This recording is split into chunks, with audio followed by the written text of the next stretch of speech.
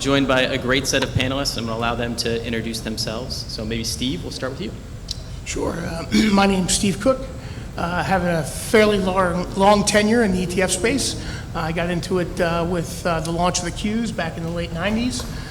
Spent a lot of time on the servicing side, helping different asset managers enter the ETF space, and then joined Harbor Capital Advisors about 18 months ago to lead their effort into ETFs. This morning we launched our 10th ETF on the NYSE, ticker HAPI, H-A-P-I. We're excited about all the products we launched, and so it's kind of the background. Good afternoon, everybody. Fred Edwards. Here with Neuberger Berman, one of the many new entrants into the ETF space over the past couple of years. I arrived with the launch of our first 3 products, 3 on the market right now.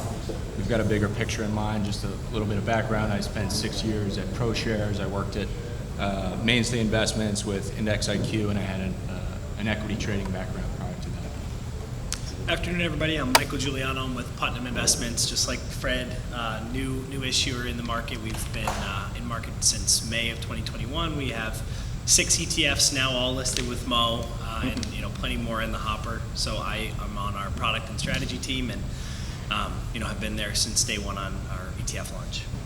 Perfect. Yeah, so I think today we're going to kind of focus our conversation around some of the hot topics that are happening in the ETF industry to just kind of give a little bit of a primer. We'll make sure to leave a few minutes at the end, see if there's any questions. We naturally could talk for the entirety of the time that we have. But really, I think we want to start the conversation around one of the more prevalent trends that's been happening in this market for the last few years, which is the rise of active management, right? So I like to think about the ETF industry as kind of a tranche of 3s, right? So 1.0 for the industry was passive products, SPY obviously leading that off. Kind of 2.0 was what we call smart beta, factor-based products or alternative beta. And then 3.0 has been the entrance of the folks that we have here joining us on the panel today, which is a more traditional active manager, right? And so we want to spend a little bit of time talking through that trend and the perspectives that each of these guests kind of bring to that and speakers. So maybe Steve, let's start with you and your firm. You already mentioned you joined us about 18 months ago, 10 products in market. We got really happy today with the launch of HAPI, had to say it. So maybe talk to us about Harbor Capital and what kind of led to the decision to enter the market. Sure. So Harbor Capital has a long history of being a manager of managers. We seek out best-in-class asset managers in various asset classes, try and package those products and bring in the market. Initially, if you wanted to buy PIMCO as a retail investor, the only way to access that was through a Harbor Capital mutual fund. Ultimately, PIMCO went out on their own and launched their own mutual funds, but that's the type of kind of research work and due diligence work that we've done over the years. And we just felt, if you look at the market environment, if you look at flows over the last 10 years, broadly, the mutual fund structure has been in secular decline and outflows for the better part of a decade. ETFs have captured most of the net new assets in the taxable account environment and the wealth environment. And yes, that was traditionally in index-based products, but given the advantages of the ETF, structurally more tax efficient, cheaper to operate and run, and the liquidity it provides, it makes sense that those dollars would start to flow into actively managed ETFs. And then in end of 2019, beginning of 2020, the regulatory environment really changed. And what was kind of a tilted environment, if you launched an active ETF, you were swimming upstream with some of the tax efficiency issues and other advantages that early entrants had. The playing field was leveled in 2020, and really I think that's why you're seeing a lot more creativity and a lot more active managers get into the space.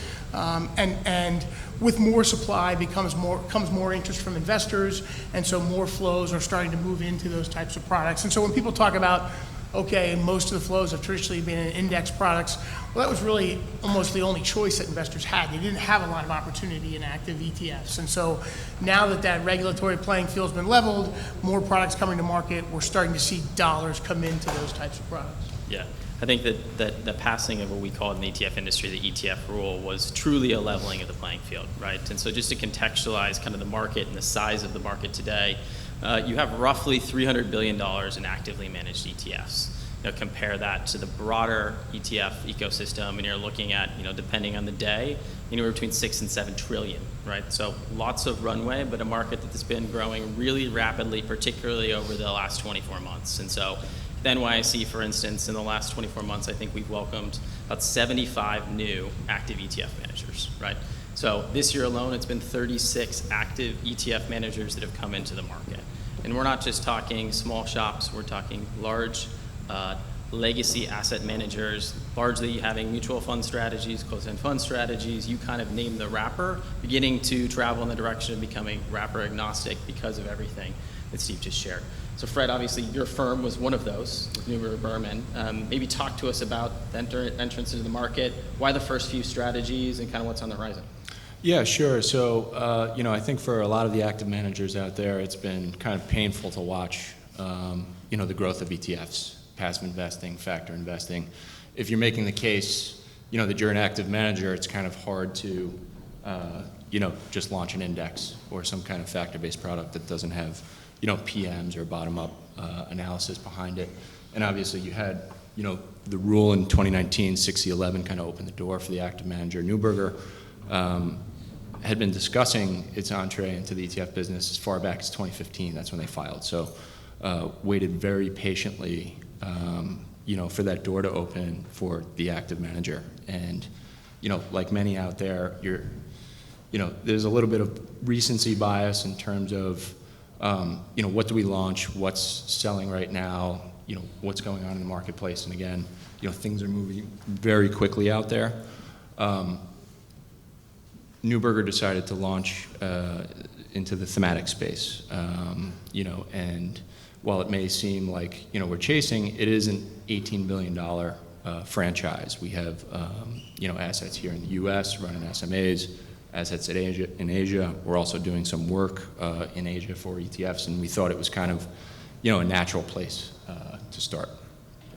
It makes a lot of sense, and that's a story that we've heard over and over again in terms of, for many folks, right, entering this market was on the product development roadmap for a number of years, and they're just waiting for that catalyst, and that catalyst comes, here we are. So enter you, Michael, right, in Putnam Investments, a little bit ahead of our friends at Neuberger Berman, but recently entered the market, recently launched another strategy. Talk us through as well, kind of the entrance, why now, what's kind of up and coming. Yeah, I think it's the same story as a lot of our competitors, which is probably the biggest myth in-house at Putnam was that our product team didn't know ETFs existed, or that they seemed to be doing pretty well. We do have the newspaper, we have Morningstar, we knew, but there's this really entrenched barrier, which is with your investment professionals having to disclose their full holdings every single day, and having spent 10, 20, 30 years guarding that with their lives. This is their livelihood, is I make money based on my portfolio management decisions, which I don't have to disclose until the next month, the next quarter. And so, just as the folks were saying about 6C11, with the rise of the semi-transparent wrappers, that opened the door for Putnam, just like it opened the door for a lot of folks. That made it a lot easier for us internally to get our portfolio managers over the hump and say, hey, you can enter this market that we do realize has been growing extremely fast, and you can do it in a way that doesn't compromise your intellectual property. So that was a really important step for us, but the same as many of our competitors, we got a taste of what it's like to be an ETF issuer, and we didn't want to let the boundaries of the semi-transparent wrapper hold us down. We didn't want to say, hey, we're only going to launch, at least for now, U.S. equity ETFs. Why would we do that? And so that got us, that cracked the door open for us, and we're now a fully fledged ETF issuer. We have, as Mo said, 2 more ETFs that listed just a few weeks ago. It's funny timing, a BDC income ETF that invests in publicly traded BDCs, as well as a thematic ETF that we call BioRevolution. And our plans over the next, 6, 12 months are to list many more ETFs across asset classes. So I think, we've spoken to many of our counterparts. We've spoken to our, clients, the distributors. It's really the same story. This artificial barrier between active management and the ETF wrapper has come down thanks to people like Mo, and we're not going back. I appreciate Michael's comments, but I don't know if it was just me. I think it's a whole industry that's working quite hard to make these innovations happen. But I think that just a moment to maybe spend on what we call in the industry semi-transparent ETFs, because it is a novel development and an innovation in our industry, right? So for those that haven't been following, traditionally, right, all ETFs disclose on a daily basis full portfolio holdings, right? And so there was a number of years ago, folks at the Amex, right, if we go back, about 25 years, that dreamt up the idea of something that didn't have to disclose holdings every single day, but could still maintain an ability to be exchange traded, right? And so the New York Stock Exchange is one of a few providers in the marketplace that has some intellectual property that allows asset managers to maintain flexibility in terms of disclosure, akin to a mutual fund, right? I like to think about them as active ETFs, because that's in fact what they are, even though that they disclose their holdings just at a different time period and a frequency. And so, that market, there's about 50 ETFs that use various structures. You're looking at about $5 billion in assets, and still relatively small and nascent, but growing. Obviously, there's certain folks that have an interest in maintaining that IP, but restricted, as Michael stated, in terms of the sorts of strategies that are allowed there today, working with the regulators to kind of carve out future ability to go global with strategies, to add international. And so I think that'll be continued innovation for kind of our marketplace. But let's kind of switch gears maybe and talk a little bit about what clients are saying today. And so I know, Fred, you spend a lot of time with ETFs clients. Obviously, you've launched new products recently. You're getting out there. We have a lot of volatility in the marketplace. I mean, I think we watch it at the exchange every day, and it seems like we start down 200 and we end up 500. Who knows where we're going to end up today? But what are you hearing from your clients, and how are you integrating, and what are you telling them? Yeah, I think, in terms of the questions, for anybody in this room who's, out there talking to clients or, whatever it may be, it's all the above. And, I think the story that we seem to be speaking to most often is the inflation story. Inflation, a little bit of, value vis-a-vis growth and the sustainability of that comeback. The sustainability of the 60/40. One of the things that we've done on the ETF side is we're actually converting a commodity mutual fund into an ETF. Should be live on Monday the 24th. And, I think in terms of, what clients are looking for, you're talking about, I don't think the 60/40 is over, but there are some other tools to perhaps use. We had our speaker at lunch, make the case for, commodities, bonds in particular. But, and I think the wrapper being more uniform now as an ETF, you can use it strategically without a doubt. But this is an asset class that historically has been more tactical. And so we've made that adjustment. But, what I will tell you about Neuberger in terms of, kind of the house view, the one common thread is that inflation will be stickier. So that's what we've been talking to clients about. Steve, how about you? I think we've been having a lot of the same conversations. So we launched a product in January of this year, ticker HGER Hedger. As I noted, we have a history of trying to seek out managers. We partnered with a firm called Quantix Commodities out of Connecticut. That's led by Don Castoro and a team of folks who used to run the internal trading desk for commodities at Goldman Sachs.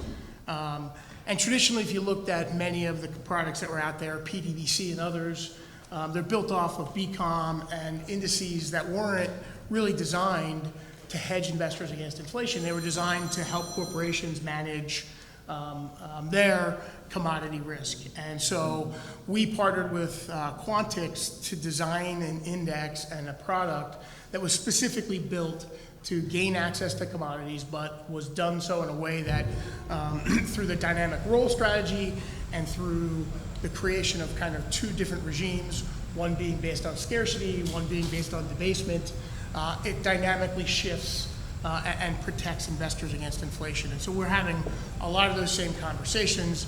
Product's been out there for a while. It has shifted now throughout the course of the year away from scarcity and more towards gold. So gold makes up about 30% of that index now. And it's a really dynamic way for investors to kind of protect themselves against inflation.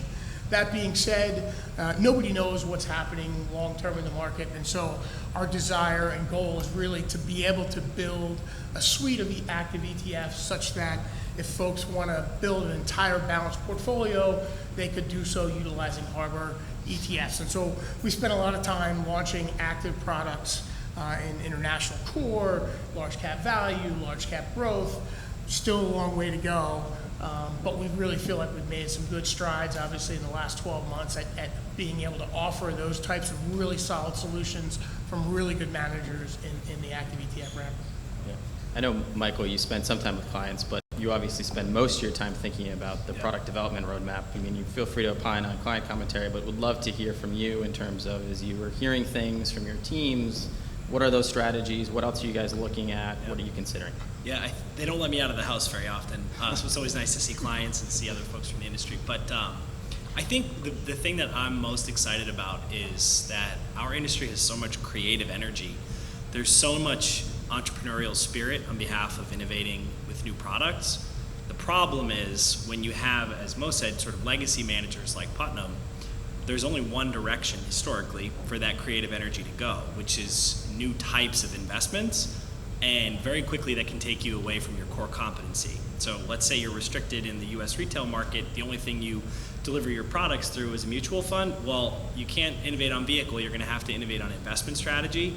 And if you end up stretching yourself too thin and moving away from your core competencies, you've lost the thread, and you're now starting to offer new products that aren't the best of what you can actually offer. And so I think looking at our own product development history and looking at our competitors, where we've made missteps is where we've moved away from what we do best.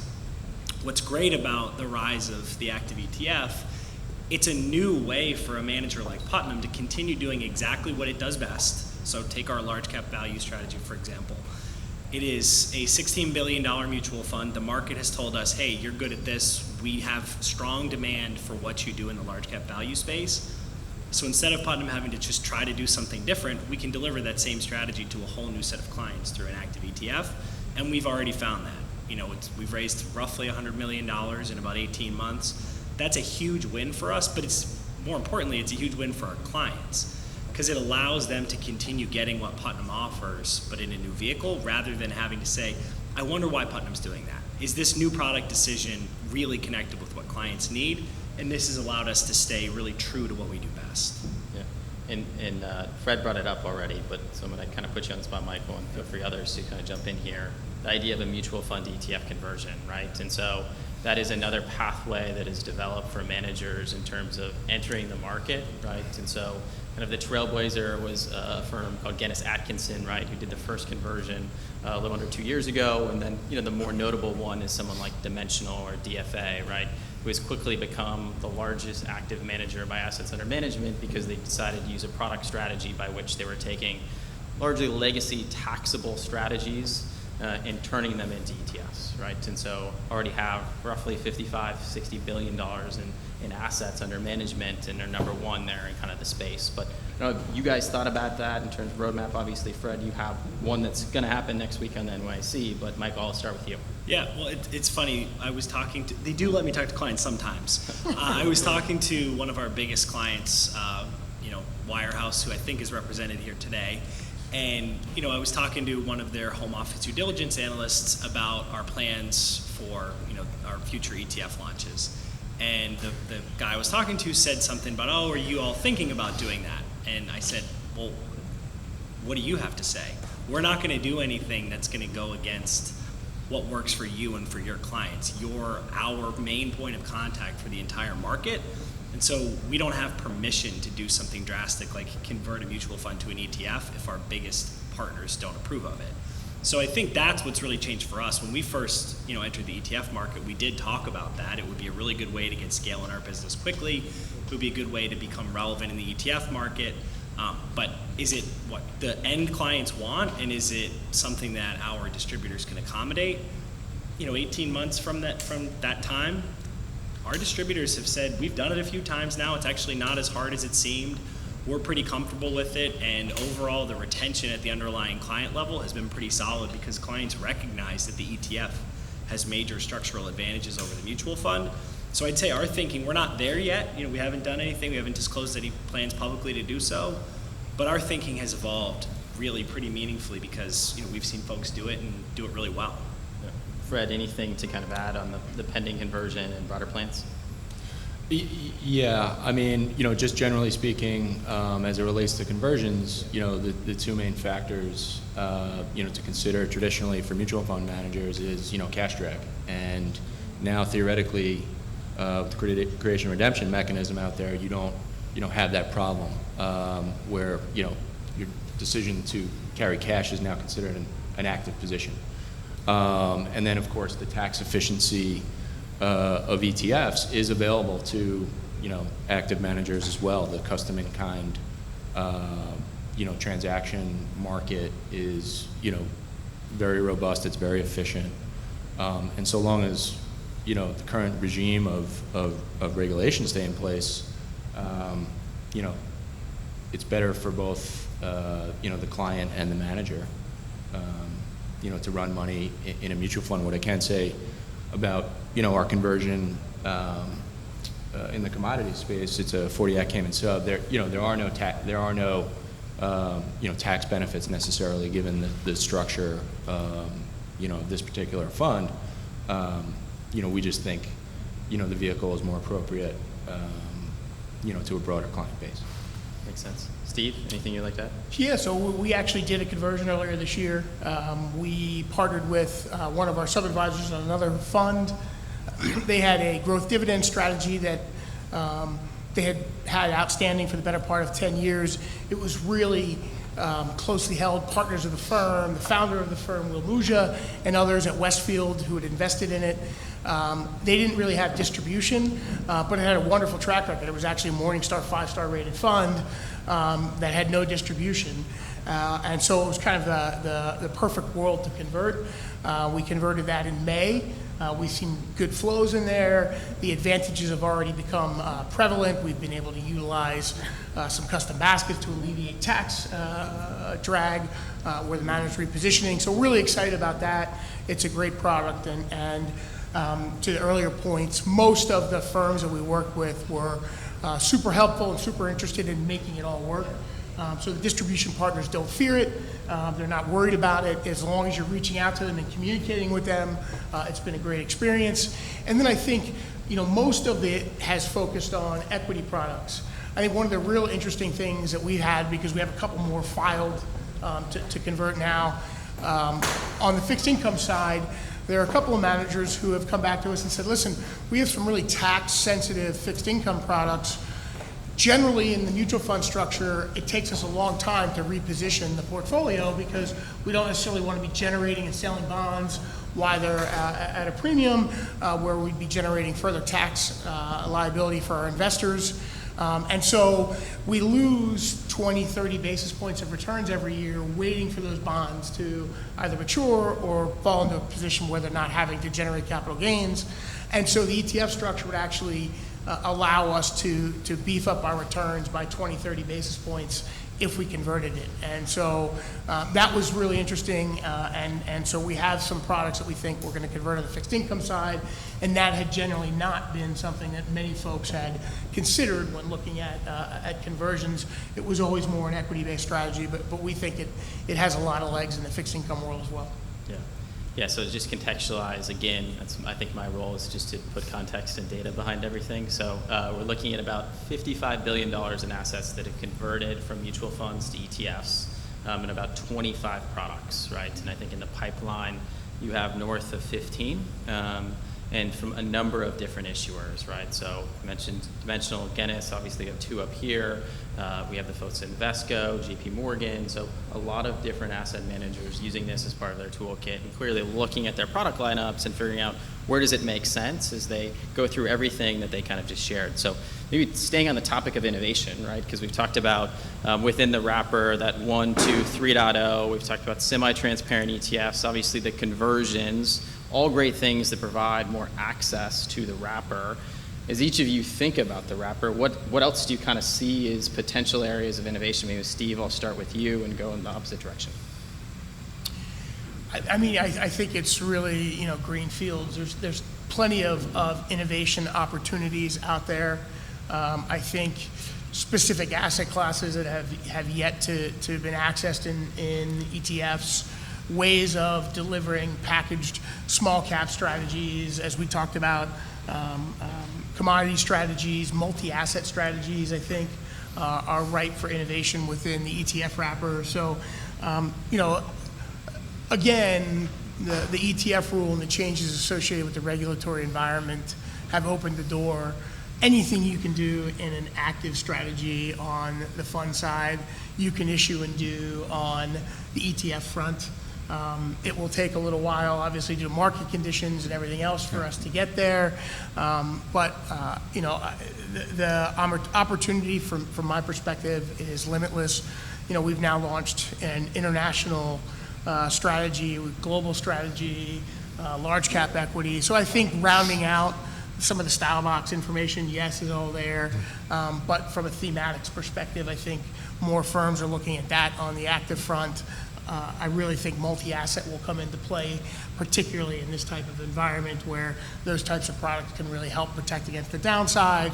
I think traditional hedge fund replication strategy is one of the fastest growing ETFs this year, is a product ticker DBMF, which is a commodity trading advisor, CTA. And so kind of the idea that somehow you're constrained by the ETF wrapper from issuing either hedge fund-like strategies, hedge fund replication-like strategies, or other strategies has kind of really, that's gone by the wayside. And so I would think you're going to continue to see things like that, more advanced ideas around the buffered ETF idea and more hedge fund-like downside protection type strategies, tail risk strategies, I think are super interesting. And there just isn't a lot of supply in the market yet. And so investors haven't had the opportunity to put assets there, but I think they will. Yeah. Fred, anything you'd like to add? Yeah, sure. Just to kind of parrot off what Steve was getting at, I see ETFs, 1.0. 1.5, 2.5, whatever it may be. It's tools versus solutions. And, there are a lot of tools out there.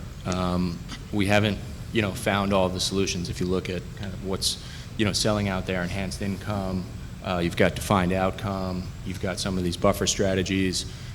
We'll see if they work, but I think there's a lot of open ground on the solution side of the business. And, like I said, we came in with thematics, late in the cycle. There's been a lot of buzz about this, particular category. I look back to 2017 as kind of, when this became a buzzword. If you take a look at the 40-year cycle, this is very late. But at the same time, the major passive indices are concentrated with companies that have become more mature. I'm not going to call them mature. There's still some growth there. But, I think under the surface, traditional indexing, traditional factor exposure may not work, like it did over the past decade. And, how do you account for the next cycle and the change of leadership in particular, that we see in that next cycle. So I think this is a test for, some of the experimentation that's taken place in ETF land, and time will tell. Michael, anything to add on the innovation front? I mean, I think you both had great answers and covered most of the specifics I would have wanted to cover. I think, at the risk of sounding like kind of an active zealot, which I think, we all are advocating for, active management in the ETF wrapper, I think one thing I'm intimately familiar with is that a manager like Putnam has got a lot of really interesting strategies that have been kind of hiding in a back closet for a long time, where, Putnam, we don't really keep mutual funds that are under 100 or 2 or 300 million bucks, whatever the number is, and every manager has a different number. What is the threshold below which you're not making money on that fund or it's not economical? And so it's really hard to launch a truly novel strategy when you're a massive scaled player like a Putnam. If you're an ETF entrepreneur and you're just me working out of your garage, $100 million ETF is a huge success. It's hard to redefine success for a legacy manager like a Putnam. The good thing about ETFs is I think it's humbled a lot of us in saying, hey, you're going out, you're building a brand new business, you have to learn what it's like to raise from $0. And so I think that's really opened up the playbook for us. It's made us say, hey, we're going to launch something totally new. Let's do one of those really interesting strategies that's been hiding in that broom closet for us for a long time. And for us, I think the BDC income ETF, which is PBDC, which we just launched, that's a strategy we've had a live track record on for 4 years. We've been waiting for the right vehicle. The ETF is the perfect vehicle for this. It's a really differentiated alternative income strategy. We want to have that connected to the type of vehicle that our clients who would be interested in that strategy are going to buy, and that's the ETF. So I think I have a lot of faith that managers like Neuberger Berman, managers of managers like Harbor have a lot of interesting stuff that's been just waiting to be unlocked, and the ETF is really going to unlock that.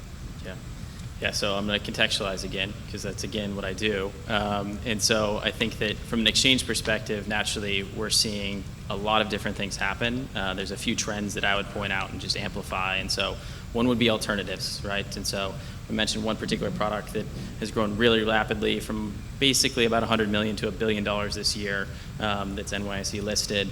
But we're seeing that there's a lot of demand in the pipeline for additional alternative strategies. So a lot of managed futures, a lot of multi-asset, really coming in where historically you would never see something like that in the ETF wrapper.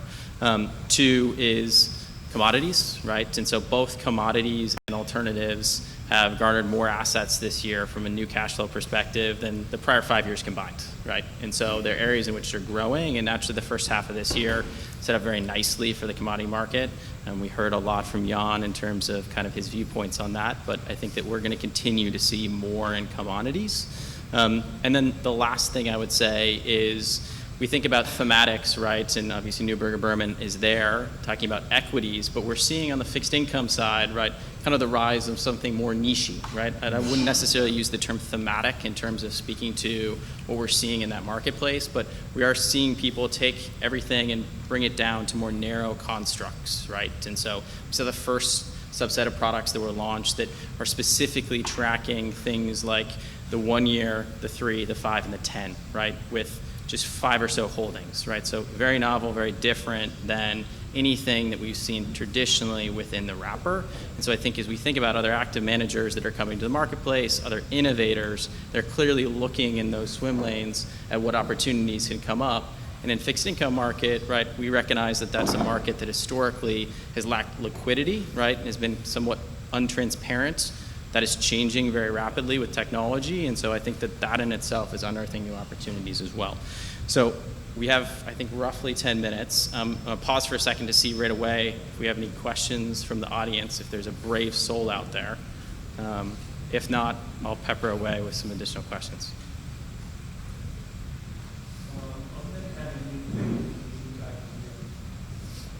Besides having an innovative, unique idea, in a competitive arena that you function in, can you comment on marketing, the importance of content, web presence, how smaller guys are able to compete on that level against big guys? I don't know if, so I think that I'll kind of reframe the question, I believe, to what you asked, right? So understanding how if you have a novel or unique investment idea, how you bring that into the wrapper and how you compete with incumbents, right? And so you're a relatively small shop comparatively, quite large still, but maybe speak to it given your history. No, and I think one of the benefits of the ETF wrapper is it has, especially on the active front now, it has democratized, Harbor at 50 billion in assets against, Neuberger Berman or Putnam, which is 5, 6, 7 times that from an overall asset perspective.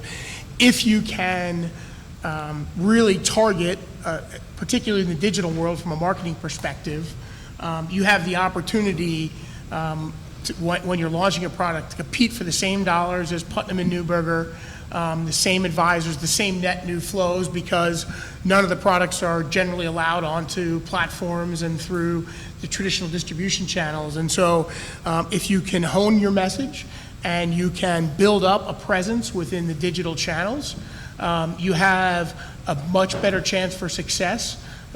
to go from $0 to 100 million, which is kind of the gold standard, because as soon as you get there, then your opportunity to go on the traditional platforms, wirehouses, other things, you have that. So if you can develop a skill set to be able to sell your product, digital, hand-to-hand combat, to new advisors who are willing to take a chance from 0 to 100 million, you can raise capital and you can get your products to a size ahead of the other providers where you have a little runway and some time that you've built up. And so there's a first mover advantage there, and then there's also a skill set advantage if you have that digital presence to get your ETF scaled and then have the runway to Mo's point. Again, that product DBMF, people heard about it this year. It was $64 million in the beginning of the year, crossed $1 billion earlier in the week. People thought it was a net new ETF. The product had been around for 4 years. That firm had been sucking wind trying to find an audience for their product for a long time. And they got it, right? And now they're generating assets, hand over fist. So great question. I think there is an opportunity early to develop a skill set utilizing digital and other marketing tools to win early.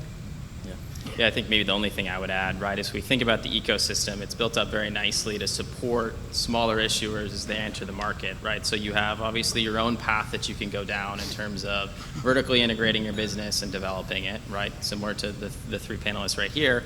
Or you can go out and leverage one of these turnkey platforms, right? That in essence you're renting or leasing various component pieces of managing that business, so you can keep your costs relatively low and you can see if something sticks, right? And so we've seen a number of folks that have gone in that direction initially, and then as they've expanded their lineup, maybe they bring it in-house, right? So I could spit off multiple examples of products. DBMF is the example this year. INFL, which is an inflation beneficiaries product from Horizon Kinetics, was the example I would use maybe 18 months ago. And the big prime example now who has kind of had a reversal, though, that folks often point to is someone like ARK, who kind of paved the path for active ETFs. Meteoric rise, clearly the last year in particular has been really challenging for that team, but most people never realized before they found true success, they'd have been in market for 4 or 5 years, right?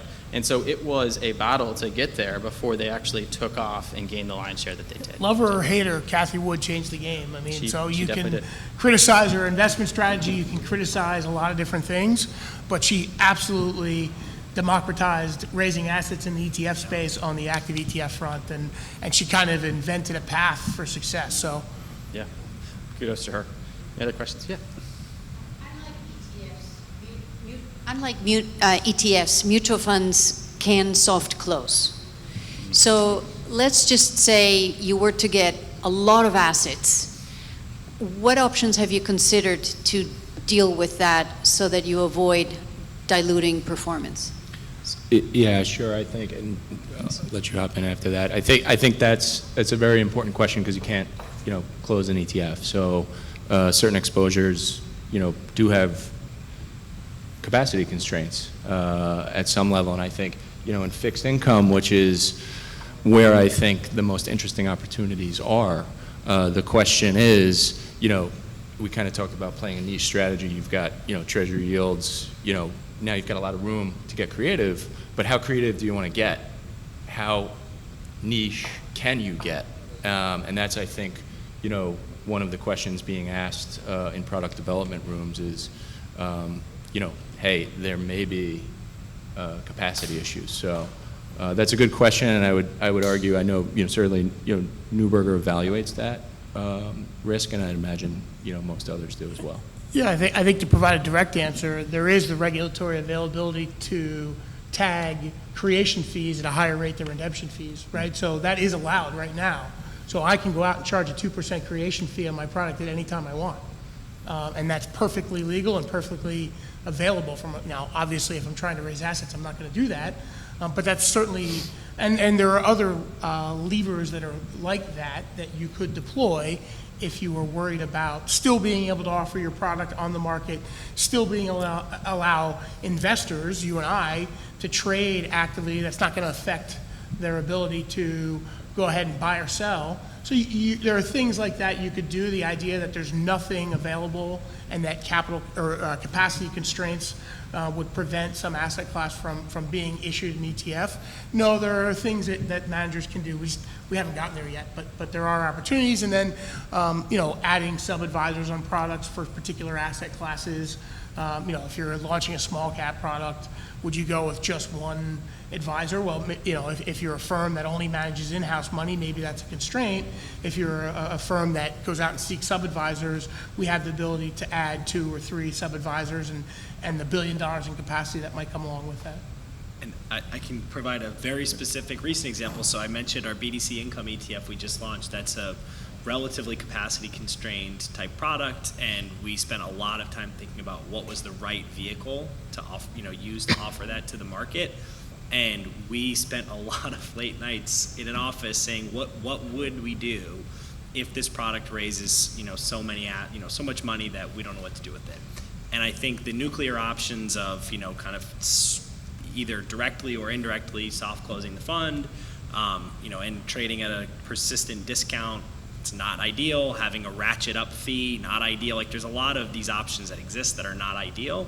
So I think for folks like us, we have to be much more flexible on what is the full investment universe, what's the backup when you enter the space. And so for us, the manager who manages this BDC income ETF also has a corresponding expertise in mortgage REITs, which you heard earlier has a really high correlation to the BDC income or the BDC market.